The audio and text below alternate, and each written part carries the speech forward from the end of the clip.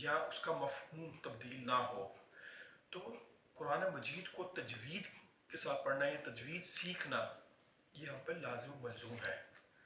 Number 2 روزانہ کا معمول، یعنی قرآن مجید کی تلاوت ایک دن کر لی یا 2 دن کر لی یہ کافی نہیں ہے، یہ ہم نے روزانہ کی بنیادوں پہ کرنا ہے. روزانہ کا معمول ہے. عام طور پہ آپ نے دیکھا ہے گھروں میں قرآن مجید تو بہت ہوتی ہیں لیکن اس کو ہم الماری کے اوپر سجا کے رکھ دیتے ہیں غلاف میں لپیٹ کے. بیسیکلی غلاف میں لپیٹ کے رکھنے کی شے نہیں ہے، اس کو پڑھنا ہے، اس کو روزانہ تلاوت کرنی ہے.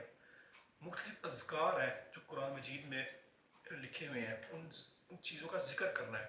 اللہ تعالیٰ کا جو بہترین ذکر ہے وہ قرآن مجید کی تلاوت ہی ہے. خوش الحانی، یعنی جب قرآن مجید کی تلاوت کی جائے تو خوش الحانی کے ساتھ اچھی طریقے سے اچھی آواز سے کی جائے، یعنی اچھی قرت کی جائے. ٹھیک، وہ بد دلی سے نہ کی جائے، ایک جوش و جذبہ ہو، آپ لگن اس کے اندر پیدا ہو رہی ہو. اور لگن جب پیدا ہوگی تو آپ آٹومیٹیکلی آپ کی جو آواز ہے وہ خوبصورت ہو جائے گی. جیسا کہ فرمایا گیا اللہ تعالیٰ کسی چیز پر اس طرح کان نہیں لگاتا جس طرح نبی صلی اللہ علیہ وسلم کی آواز پر لگاتا ہے جبکہ وہ قرآن کو خوش الحانی کے ساتھ با آواز بلند پڑھ رہا ہوتا ہے. یعنی ایک تو خوش الحانی اچھی آواز اور دوسرا با آواز بلند ہے، یعنی اونچی آواز پڑھا جائے، صرف دل میں نہ پڑھا جائے یا ہونٹوں کی جنبش سے محسوس نہ ہو کہ قرآن پاک پڑھ رہا ہے. تو کوشش کرنی چاہیے کہ ہم اونچی آواز میں قرآن مجید کو پڑھیں، اور جب قرآن مجید پڑھا جا رہا ہو تو آس پاس بیٹھے ہوئے لوگوں پر واجب ہے کہ وہ اس کو سنیں. ایک مرتبہ آپ صلی اللہ علیہ وسلم نے حضرت عبداللہ بن مسعود سے قرآن سنانے کی فرمائش کی. انہوں نے عرض کیا حضور صلی اللہ علیہ وسلم کیا آپ کو قرآن سناؤ حالانکہ آپ ہی پر تو نازل ہوا ہے؟ تو آپ صلی اللہ علیہ وسلم نے فرمایا ہاں میں چاہتا ہوں کہ دوسروں سے سنوں. چنانچہ حضرت ابن مسعود نے آپ صلی اللہ علیہ وسلم کو قرآن سنایا اور آپ صلی اللہ علیہ وسلم کی آنکھوں سے آنسو رواں ہو گئے. اچھا، اس کے چوتھا حق جو ہے تلاوت کا آداب ظاہری و باطنی، یعنی جب آپ قرآن پاک پڑھیں تو خضوع و خشوع کے ساتھ پڑھیں، ظاہری اور باطنی صفائی کا خیال رکھیں. یعنی آپ کے جسم جو ہے ہر قسم کی نجاست سے حدث سے پاک ہو، باوضو ہو، جس جگہ بیٹھ کے قرآن پاک پڑھیں وہ جگہ بھی صاف ستھری ہو، قبلہ رخ ہو کے پڑھیں تو یہ زیادہ بہتر ہے اور زیادہ اچھی چیز ہے. تو آداب کا خیال رکھنا ضروری ہے. اسی طریقے سے ترتیل سے پڑھنا.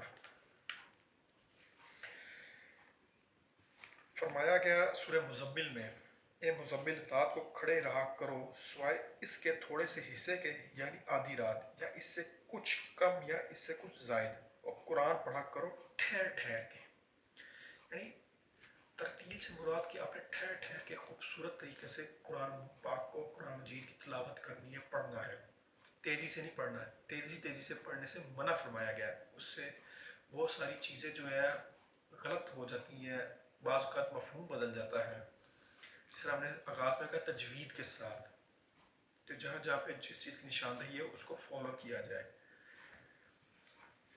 سورہ فرقان میں فرمایا اسی طرح اتارا تاکہ ہم اس کے ذریعے تمہارے دل کو ثبات عطا فرمائے، چنانچہ پڑھ سنایا ہم نے اس کو ٹھہر ٹھہر کے.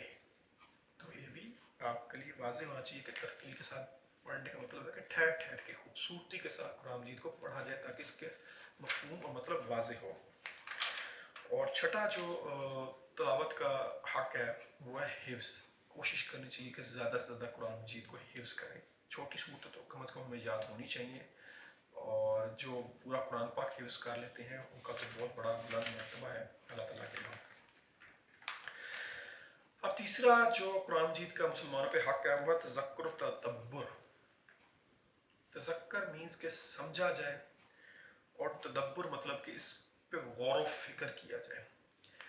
یعنی پہلے ہم نے قرآن پہ ایمان لانا ہے، نمبر 2 قرآن کو پڑھنا ہے، تیسرا اس پہ غور و فکر کرنا ہے، سمجھنا ہے. ٹھیک، فرمایا گیا سورہ یونس میں اسی طرح ہم کھولتے ہیں اپنی آیات ان لوگوں کے لیے جو تفکر کرتے ہیں. اور ایک جگہ فرمایا گیا سورہ بقرہ میں اسی طرح اللہ اپنی آیات کی وضاحت فرماتا ہے تاکہ تم تعقل کر سکو. سورہ زخرف میں فرمایا ہم نے اسے قرآن عربی بنا کر اتارا تاکہ تم اسے سمجھ سکو. اللہ تعالیٰ نے عربی زبان میں عرب لوگوں پہ قرآن پاک نازل فرمایا تاکہ وہ اس کو سمجھ سکیں. اس میں جو احکامات نازل ہوئے ہیں، جو حکمت نازل ہوئی ہے، اس کو سمجھ سکیں، اور کھول کھول کے اللہ تعالیٰ نے اپنی آیات واضح کی. سورہ محمد میں فرمایا گیا کیا یہ تدبر نہیں کرتے قرآن پر، یا دلوں پر لگے ہوئے ہیں ان کے کفن. یعنی یہ اظہار خفگی ہے ان لوگوں کے ساتھ جو قرآن پڑھ تو لیتے ہیں یا سن تو لیتے ہیں لیکن اس پہ غور و فکر نہیں کرتے کہ یہ کلام کہاں سے آیا ہے، کس نے اتارا ہے، اس کی کیا تاثیر ہے، اور اس میں جو حکم نازل ہوا ہے، اور جو تشبیہات دی گئی ہیں، جو واقعات بتائے گئے ہیں، جو پیشن گوئی کی گئی ہیں، اور جو ماضی کی چیزیں یاد دہانی کے لیے اس میں بتائی گئی ہیں، وہ کہاں سے آئی ہیں، کس نے یہ علم پہنچایا ہے. تو غور و فکر کرنا، اس کو سمجھنا بہت ضروری ہے. صحابہ کرام کی کئی سالوں کی محنت ہوتی تھی ایک سورت کو سمجھنے کے لیے، اور ہم جو ہے بس ایک مرتبہ روانی سے ترجمہ پڑھ کے سمجھتے ہیں کہ قرآن پاک سمجھ آ گیا. ایسا بالکل نہیں ہے. قرآن پاک کو سمجھنا ہے تو کسی عالم سے، کسی استاد سے سمجھے، اور اگر آپ خود پڑھنا چاہتے ہیں تو کم از کم خود تفسیر پڑھیں، ایسی تفسیر پڑھیں جس میں ہر آیت کا سیاق و سباق ہو. اگر آپ صرف لفظی ترجمہ پڑھیں گے قرآن پاک کا تو اس میں گمراہی کے چانسز ہیں کہ آپ کے صحیح طریقے سے سمجھ نہ آئے اور آپ اس کا غلط مطلب نکال لیں. صحیح بخاری میں حدیث ہے تم میں سے بہترین لوگ وہ ہیں جو قرآن سیکھتے ہیں اور سکھاتے ہیں. اور بس سورہ توبہ میں فرمایا گیا بس کیوں نہیں نکلتا ہر فرقے میں سے ان کا ایک گروہ تاکہ سمجھ پیدا کرے دین میں. یعنی دین کی سمجھ، اور دین کی سمجھ بہترین کہاں پہ قرآن پاک میں لکھی ہے. تو پہلا حق ہم پہ جو قرآن پاک ہے کہ ہم اس پر ایمان لائیں، دوسرا اس کو پڑھیں، تیسرا اس کو سمجھیں، اس پہ غور و فکر کریں، اس میں جو چھپے ہوئے احکامات ہیں، حکمت ہے، اس کو اندر غوطہ زنی کریں، اس میں ڈبکی لگائیں، اس کی گہرائی تک پہنچنے کی کوشش کریں. ویسے تو ایک زندگی ناکافی ہے قرآن پاک کو سمجھنے کے لیے کمپلیٹ، اور اس کے اندر جو فہم موجود ہے، جو علم کی گہرائی موجود ہے، تو اس میں ایک زندگی ناکافی ہے کہ ہم اس کو پورا علم حاصل کر سکیں. لیکن جس حد تک ہم کوشش کر سکتے ہیں ہمیں کرنا چاہیے. چوتھا حق قرآن پاک کا جو ہم پر ہے وہ ہے حکم اقامت، یعنی اس پر عمل کیا جائے. آپ نے قرآن پاک پہ ایمان تو لیا ہے، پڑھ بھی لیا، سمجھ بھی لیا، اب ایسی سمجھ کا کیا کرنا جب اس پہ عمل نہیں کرنا. تو فرمایا گیا سورہ مائدہ کے اندر اور جو فیصلہ نہ کرے اس کے مطابق کہ جو اللہ نے نازل فرمایا تو ایسے ہی لوگ تو کافر ہیں. یعنی جب ہم فیصلہ کریں، جب کوئی حکم دیں کسی کام کا، یا اپنے روزمرہ کے کام کریں تو ہمیں اس کے مطابق کرنا چاہیے جو اللہ نے نازل کیا، یعنی قرآن پاک کے مطابق. اور جو اس کے مطابق نہیں کرتا وہ کافر کی کیٹیگری میں ہے. اسی طرح فرمایا گیا آپ صلی اللہ علیہ وسلم کی حدیث مبارکہ ہے جو شخص قرآن کی حرام کردہ چیزوں کو حلال ٹھہرائے وہ قرآن پر ایمان نہیں رکھتا. یہ بہت بڑی غور و فکر والی بات ہے. آج کل کے اس دور میں جہاں سود حلال قرار دے دیا گیا ہے، ہماری حکومت، گزشتہ حکومتیں جتنی بھی گزری ہیں، اور پوری دنیا کے اندر ہر جگہ پہ سود کا کاروبار ہو رہا ہے، سود کا لین دین ہو رہا ہے. ہماری تنخواہوں سے جو ٹیکس کٹتا ہے وہ بھی ہماری حکومت سود دینے میں لگا دیتی ہے. تو سود کے متعلق قرآن پاک میں فرمایا گیا کہ سود جو ہے، سود کا کاروبار کرنے والا اللہ اور اس کا سود کا کھلا دشمن ہے. اور ہم نے قرآن کی حرام کردہ چیز کو حلال ٹھہرا دیا اور اس کا کاروبار کر رہے ہیں. آئے دن کسی بھی چینل پہ چلے جائیں، ٹی وی پہ یا یوٹیوب پہ، کسی بھی سوشل میڈیا پہ بینکس کے اتنے ایڈز آ رہے ہوتے ہیں، بڑے فخر سے بتا رہے ہوتے ہیں کہ 12% interest, 10% interest, car loan, home loan, personal loan, credit cards, investment, یہ کیا ہے، انشورنس بزنسز، یہ سارے کا سارا سود کا بزنس ہے، سود کا کام ہے، انٹرسٹ. تو ہم نے جب اللہ تعالیٰ کی حرام کردہ چیز کو خود ہی حلال کر لیا اپنے لیے، تو ہم ترقی کیسے کریں گے؟ ہم اپنی آخرت کی تیاری کیا کر رہے ہیں؟ کچھ بھی نہیں۔ میں ادھر آپ کو ایک حدیث سناتا ہوں، میری نظر سے گزری تھی اور آگے پیچھے ہو گئی ہے، چلیں بات آ جائے گی ذہن میں۔ یہ آگے، میری امت کے منافقین کی سب سے بڑی تعداد قرا کی ہے۔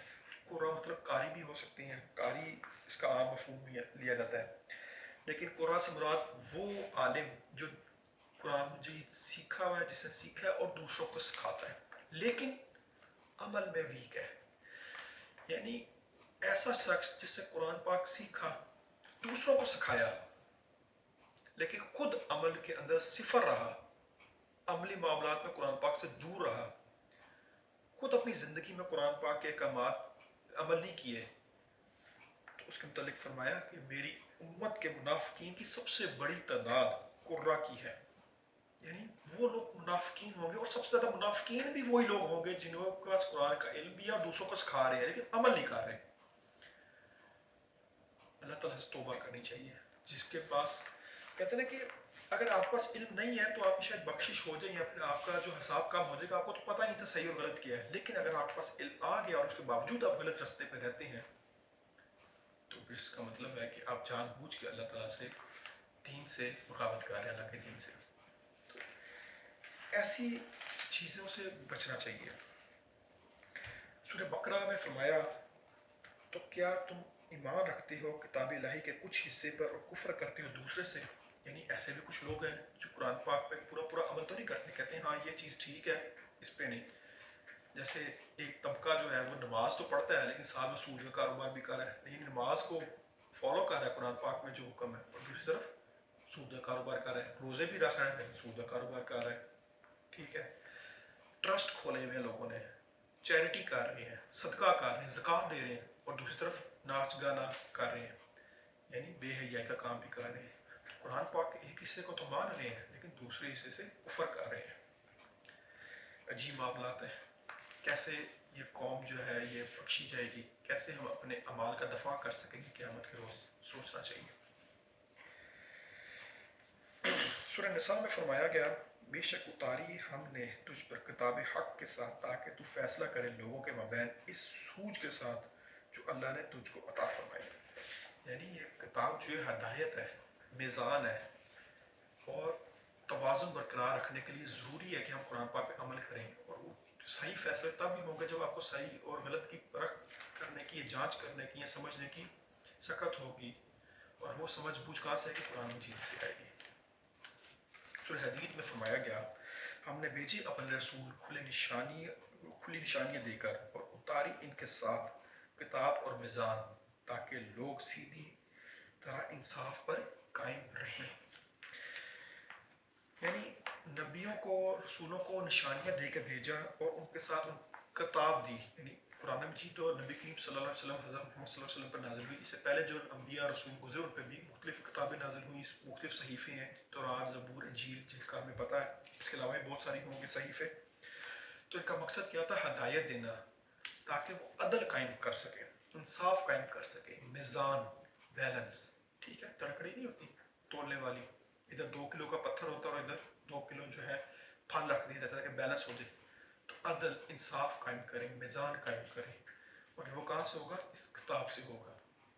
جس کے پاس ایک کتاب کا صحیح علم ہوگا، قرآن مجید کا صحیح علم ہوگا، اس کو سمجھنے والا ہوگا، وہی اس پہ صحیح طریقے سے عمل کرے گا اور وہ انصاف قائم کرے گا۔ آخری حق جو مسلمانوں پہ فرض ہے اور جو مسلمانوں کو کیا کرنا چاہیے، وہ ہے تبلیغ۔ قرآن پہ ایمان لے آئے، اس کو پڑھ لیا، اس کو سمجھ لیا، اس پہ عمل کر لیا، اب وقت ہے دوسروں کو بتانے کا۔ سورہ ابراہیم میں فرمایا گیا، یہ قرآن پہنچا دینا ہے لوگوں کے لیے اور تاکہ وہ اس کے ذریعے خبردار کر دیے جائیں۔ سورہ انعام میں فرمایا، اور وحی کیا گیا میری طرف سے قرآن تاکہ میں تمہیں اور جنہیں بھی یہ پہنچ جائے انہیں اس کے ذریعے خبردار کر دوں۔